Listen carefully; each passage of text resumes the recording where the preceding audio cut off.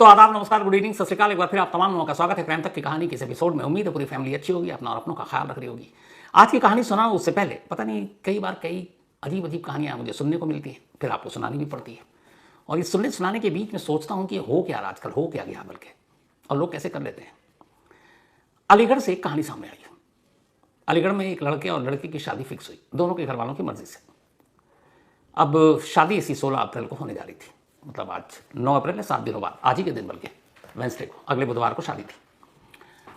सब कुछ ठीक था, लड़के लड़के भी खुश, दोनों घर वाले भी खुश। लड़की के पिता बेंगलुरु में जॉब करते थे, वो वापस पहुंचे यहाँ पे कि बेटी की शादी की तैयारी करेंगे। इधर 8 तारीख को, यानी कि 8 अप्रैल, कल की बात है, लड़का अपने घर पे ये कहता है कि मैं जा रहा हूँ शादी की खरीदारी करने के लिए बाहर, और वो घर से निकल जाता है। रात हो गई, लड़का लौटा नहीं। इधर बेंगलुरु से लड़की के पिता आ चुके हैं घर पे, रात पहुंचते हैं तो बीवी गायब। अब वो पूरी रात वो भी नहीं लौटी। अब यानी कुल मिलाकर 16 तारीख को शादी है और सास और दामाद दोनों गायब है। मतलब जिस लड़के से जिस लड़की की शादी होनी है उस लड़की की माँ गायब है, और जिस लड़के से शादी होनी है वो भी गायब है। पहले तो घर वालों को लगा कि माजरा क्या है, लेकिन फिर इधर उधर सारी चीज़ें जांच हुई। बेचारा पति पुलिस में तहरीर लेकर पहुंच गया कि मेरी बीवी गायब है, 7 दिन बाद शादी है। अब घर की तलाशी ली गई तो पता चला कि घर में बेटी की शादी के लिए जितने गहने पैसे सब जमा किए गए थे वो सब गायब है। इसके बाद जो तफ्तीश हुई और जो कहानी सामने निकल कर आई और पुलिस ने जब जांच की तो मतलब क्या कहें इस कहानी पे। कहानी ये थी कि जिस लड़की से शादी होनी थी, दूल्हे को उस लड़की नहीं बल्कि उस लड़की की मां पर दिला गया, और वो अपने होने वाली सास के साथ भाग गया। जब मोबाइल के कॉल डिटेल रिकॉर्ड और बाकी चीज़ें खंगाली गई तो पता चला कि 20-20 घंटे एक दिन में दामाद और सास दोनों बातें क्या करते थे। ये भी पता चला कि जिस मोबाइल से बातें होती थी सास ने अपने दामाद को खरीद कर दी थी, और दोनों में इश्क हो गया। इसके बाद, इससे पहले कि 16 तारीख को शादी होती, 8 तारीख को दामाद अपनी सास के साथ ये कहें कि सास अपने दामाद को लेकर रफू चक्कर हो गई। अब दोनों पता नहीं कहाँ हैं, दोनों घर वाले परेशान, अब शादी क्या ही होगी। लेकिन घर में हालत ये हो गई कि एक एक पाई जो घर में रखा था और गहने सब लेकर चले गए। जिस लड़की की शादी, उस लड़की ने बेचारी ने मीडिया वालों के सामने कहा कि हमारे पास तो खाना खाने के लिए भी पैसे नहीं बचे, सब माँ लेकर चली गई है। तो सोचिए क्या हो रहा है कि दामाद सास के साथ भाग रहे हैं, सास दामाद को लेकर भाग रहा है। बेटी की बेचारी शादी है, उसका क्या किया जाए और किसी को कुछ पता नहीं। उधर पति की हालत खराब कि उसकी पत्नी अपने होने वाले दामाद को लेकर चली गई है। एक कहानी तो ये थी। एक दूसरी कहानी आई आगरा से। शबनम नाम की एक महिला की कहानी है। उसकी पहली शादी कामयाब नहीं हुई तो उसने दूसरी शादी की, दूसरी शादी से उसके 3 बच्चे हुए। इसके बाद अचानक शबनम का दिल 12वीं क्लास में पढ़ने वाले एक लड़के पर आ गया। दोनों के बीच खूब रोमांस हुआ, और अब पता ये चला कि शबनम 12वीं क्लास के उस बच्चे के साथ, उस लड़के के साथ भाग गई और अपने 3 बच्चे अपने पति के पास छोड़ गई है। तो कैसी कैसी कहानियां सामने आ रही हैं, इसके बारे में क्या ही बोला जाए। खैर, अब आते हैं आज की अपनी कहानी पर।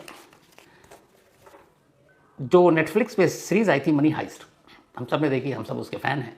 प्रोफेसर का जो किरदार है उसमें चोरी की जो एक बारीकियों को समझाया गया, कैसे क्लासेस ली गई, बाकायदा पूरी टीम बनाई गई, मतलब सालों की मेहनत। और स्पेनिश सीरियल था लेकिन पूरी दुनिया में सुपर डुपर हिट इस एक सीरियल ने नेटफ्लिक्स के रेवेन्यू को कहाँ से कहाँ पहुँचा दिया। इस फिल्म ने बहुत सारे लोगों को आइडिया दिया। ऐसी आइडिया एक मिला कर्नाटक के रहने वाले एक शख्स को, और इस शख्स का नाम है विजय कुमार। विजय कुमार कर्नाटक के दावणगेरे इलाके का रहने वाला एक लड़का, एक बेकरी चलाता था। अचानक इसे पता चला कि सरकार की बहुत सारी स्कीम है जो मेक इन इंडिया के तहत लोगों को लोन दे रही है।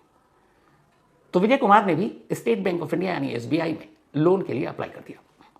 लेकिन जो उसका क्रेडिट स्कोर था आजकल जो आता है, उस क्रेडिट स्कोर में उसका स्कोर बहुत कम था। उसकी वजह से ये था कि वो 15 लाख के लोन का हकदार नहीं है। बैंक ने रिजेक्ट कर दिया उसकी एप्लीकेशन को, उसे बड़ा धक्का लगा। फिर उसने अपने बड़े भाई के नाम पर दोबारा बैंक में अर्जी दी, उसी 15 लाख के लोन को लिए। बड़ा भाई भी तैयार हो गया कि भाई का बिजनेस चल पड़ेगा, लेकिन इत्तेफाक से बड़े भाई का भी क्रेडिट स्कोर कम, SBI ने लोन देने से मना कर दिया। फिर से फॉर्म रिजेक्ट। इसके बाद उसने अपने एक दोस्त को पकड़ा, बचपन का दोस्त, उसे लगा उसका ठीक ठाक क्रेडिट स्कोर होगा। फिर से एप्लीकेशन दिया, SBI ने तीसरी बार भी रिजेक्ट कर दिया। इसके बाद उसने अपने कुछ रिश्तेदारों को पकड़ा, रिश्तेदारों के जरिए अप्लाई किया।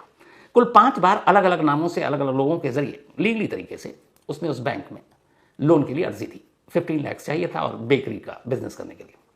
लेकिन इत्तेफाक से या उसकी बदनसीबी कहें कि बैंक ने हर अर्जी को खारिज कर दिया और उसको लोन देने से मना कर दिया। जब एक एक कर सारे रिजेक्शन उसके सामने आते गए तो विजय कुमार को बहुत गुस्सा आया। उसे लगा कि मैं ईमानदारी से अपना काम करना चाहता हूँ, बेकरी के बिजनेस को आगे बढ़ाना चाहता हूँ, बैंक लोन नहीं दे रहा, बार बार रिजेक्ट कर रहा है, मैं क्या करूँ। उसे उस वक्त उस बैंक के मुलाजिमों, उस बैंक के मैनेजर और उस बैंक के लोगों पर इतना गुस्सा आया कि उसने कहा कि इस बैंक को सबक सिखाऊंगा, और बस वहीं से उसने एक प्लानिंग करनी शुरू कर दी। अब बैंक से बदला लेने का तो विजय ठान चुका, लेकिन बदला ले कैसे? अब इसकी प्लानिंग शुरू हुई। अकेले उसके बूते की बात थी नहीं, तो उसने अपने कुछ जिगरी दोस्तों को साथ मिलाया। एक एक कर दोस्त जुड़ते गए और 6 दोस्तों की एक टीम तैयार हुई। इनमें से 3 तमिलनाडु के थे और 3 कर्नाटक के। विजय ने बताया कि यार बदला लेना, हम जैसे बहुत सारे लोग हैं जिनका बैंक वाले लोन रिजेक्ट कर देते हैं, तो इनको सबक सिखाना है। तो हुआ करेंगे क्या? तो उसने कहा इस बैंक के लॉकर में लोगों के सोना रखे रहते हैं जो गिरवी देते हैं या कई, तो अगर उन सोना को हम लोग उड़ा लें तो माला माल हो जाएंगे। बाकी के 5 दोस्तों के भी पैसे की जरूरत थी, वो सारी टीम में शामिल हो गए, लेकिन हुआ कि कैसे करना है। इत्तेफाक से उनमें से एक दोस्त ने वही मनी आइस्ट सीरियल देख रखा था नेटफ्लिक्स पे। उसने कहा कि सेम बैंक से सोना चुराने का एक मामला था और वो कहानी है, बड़ी पॉपुलर है, वहां से चलो कुछ आइडिया लेते हैं।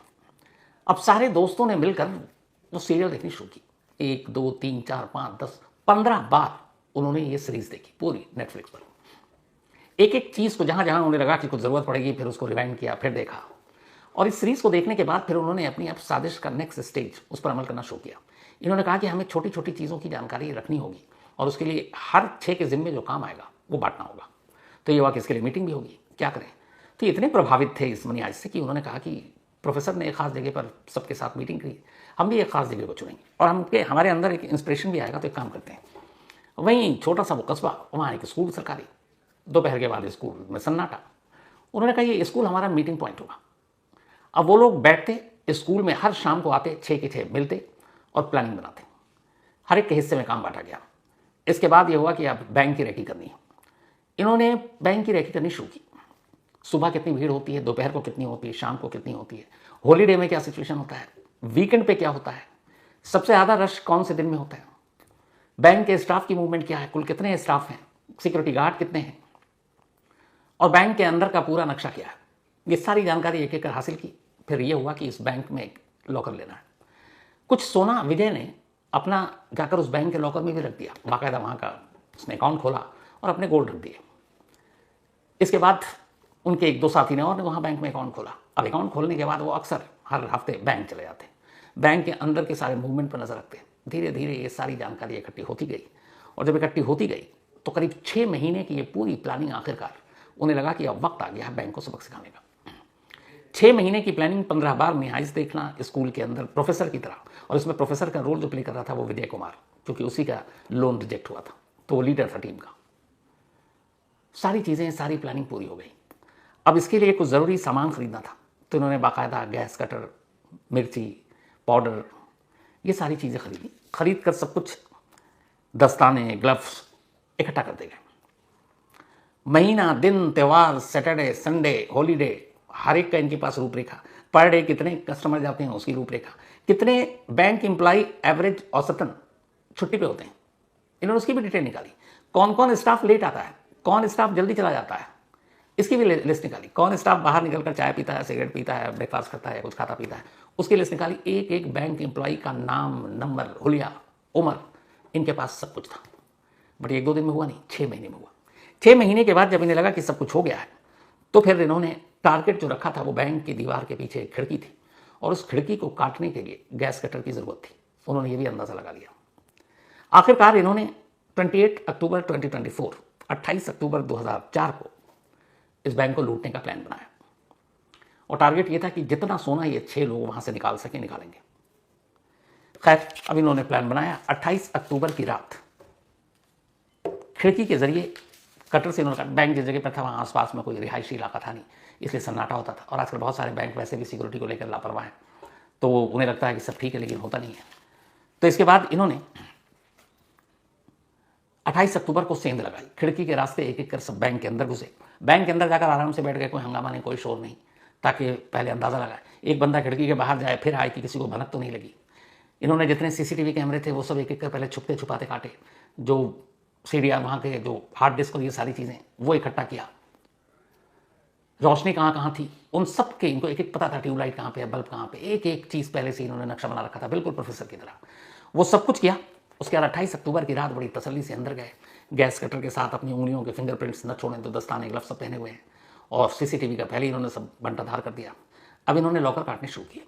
जब सारे लॉकर काटे तो पहले था कि कम, लेकिन बाद में पता चला कि 17.7 kg, 17 किलो 700 ग्राम सोना जो लोगों ने रखा हुआ था उस बैंक के अंदर, स्टेट बैंक के लॉकर में, उन्होंने सारे लॉकर तोड़कर उन सोना को निकाला, थैले में भरा और उसी खिड़की के रास्ते निकल गए।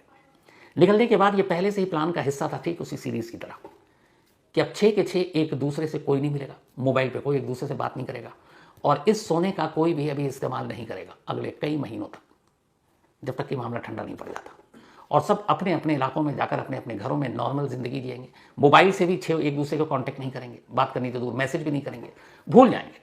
ये भी कि अगर कोई एक पकड़ा गया तो वो मैसेज देगा किसी तरह से गुपचुप कहीं और तरीके से, तो बाकी के 5 अलर्ट हो जाए।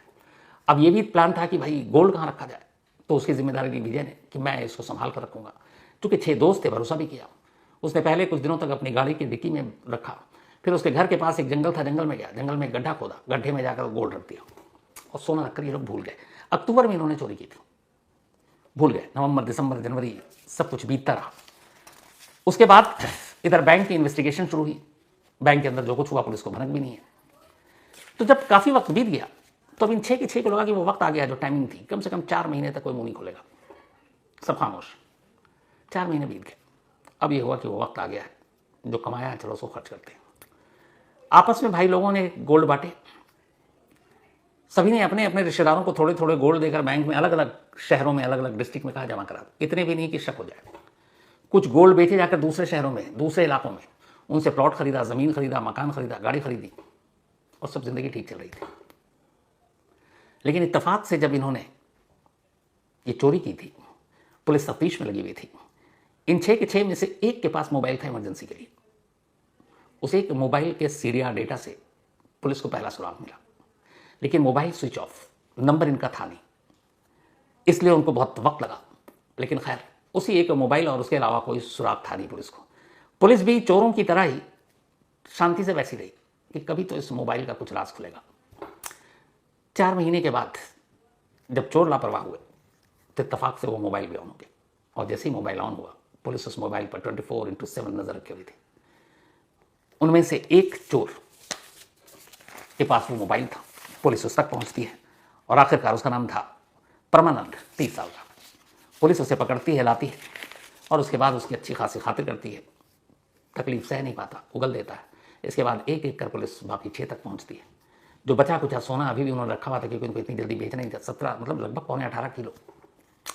उनमें से कुछ किलो तो इन लोगों ने इधर उधर बेच के अपनी प्रॉपर्टी, ज़मीन, गाड़ी सब खरीद लिया, बैंक में भी जमा करा दिया। अब धीरे धीरे करके पुलिस उनके हिसाब से बताए हुए जगह से गोल्ड को कलेक्ट करती जा रही है और जो बाकी चीज़ें उन्होंने खरीदी है उसकी जब्ती की कोशिश कर रही है। और इस तरीके से एक बैंक से बदला लेने की जो पूरी प्लानिंग बनाई गई थी, फुल प्रूफ प्लानिंग तो थी, क्योंकि 4 महीने तक पुलिस को चकमा देना अपने आप में बड़ी जीत थी। लेकिन वही एक टेक्नोलॉजी आखिर में उनकी पूरी साजिश पर पानी फेर गया और इस तरीके से उनका भांडा फूट गया। तो ये थी आज की कहानी।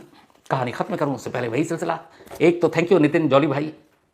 नितिन जॉली भाई यूएस में, लॉस एंजल्स में रहते हैं और जब मैं गया था मई में तब इनसे मुलाकात हुई। मैंने आपसे जिक्र भी किया था कि सिर्फ मिलने के लिए 2 घंटे की ड्राइव करके फैमिली के साथ आए थे, सिर्फ 5 मिनट। तो उनकी मोहब्बत देखकर मैं भी दंग था। इत्तेफाक से ये इंडिया आए हुए और मुझे पता चला कि ये पहाड़गंज में ही पैदा हुए, दिल्ली में। हालांकि बाद में अमेरिका शिफ्ट हो गया, अब तो 18-20 साल हो गए उनको वहाँ। तो अभी 15 दिनों के यहाँ हैं फैमिली के साथ। इनके 2 बेटे हैं, बेटे को भी इंडिया देखना था और अच्छा लगा सुनकर वो मुझे बता रहे थे कि उनका बड़ा बेटा ये कहता है कि दादा दादी को बोलो कि अब यहीं रहते हैं, ये अच्छी जगह है। वही है, अपनी ज़मीन, अपने लोग, याद तो आती है। और नहायत ही मतलब ऐसे संस्कारी लोग बड़े कम मिले हैं मुझे जैसे नितिन जॉली मिले। एक होता है पैर छूना और एक होता है बिल्कुल मतलब आप दानवत जिसको कहते हैं, और बड़ों की रिस्पेक्ट। अच्छा लगता है देखकर आज के ज़माने में, खासतौर पर अमेरिका में इतने सालों से है, लेकिन ये अपनी ज़मीन, संस्कार, कल्चर, बड़ों को कैसे रिस्पेक्ट देते हैं, कभी बोले नहीं। तो यही दुआ है नितिन भाई आप हमेशा अच्छे रहें, खुश रहें, पूरी फैमिली आपकी अच्छी रहे। सिमरन भी, उनको मेरा हेलो बोलिएगा और मम्मी पापा को भी मेरा प्रणाम कहिएगा। इसके अलावा आज कृष्ण, इनका बर्थडे है, तो हैप्पी बर्थडे कृष्ण। और ये शानू यादव ने भेजा है। साथ ही आरुषि यादव, इनका भी आज बर्थडे है, तो हैप्पी बर्थडे आरुषि। और ये रजनी यादव एंड अमन यादव जी के बेटे हैं। गुरिंदर सिंह, इनका भी आज बर्थडे, हैप्पी बर्थडे गुरिंदर जी। और ये भेजा है सिमरन ने। शेख इमरान, इनका भी आज birthday, happy birthday Sheikh Imran. Abu Faheem ने भेजा है ये। साथ ही अंजना यादव, इनका भी आज बर्थडे है, तो हैप्पी बर्थडे अंजना। और भेजा रश्मि ने है। गुलाम रसूल, इनका भी बर्थडे है, हैप्पी बर्थडे गुलाम रसूल साहब। और ये भेजा मोहम्मद जुबैर ने है। विवेक स्वामी, थैंक यू सो मच आपके मेल के लिए, आपके प्यार के लिए। इसके अलावा सऊद अब्दुल्ला, इन्होंने कहानी की फरमाइश की है। साथ ही अनिल झा, इन्होंने भी कहानी की फरमाइश की, तो फरमाइश जल्दी पूरी होगी। फिलहाल कहानी में आज इतनी ही। अब आपसे मुलाकात होगी कल रात 9 बजे किसी नई कहानी के साथ। तब तक अपना और अपनों का ख्याल रखिएगा। Thank you very much.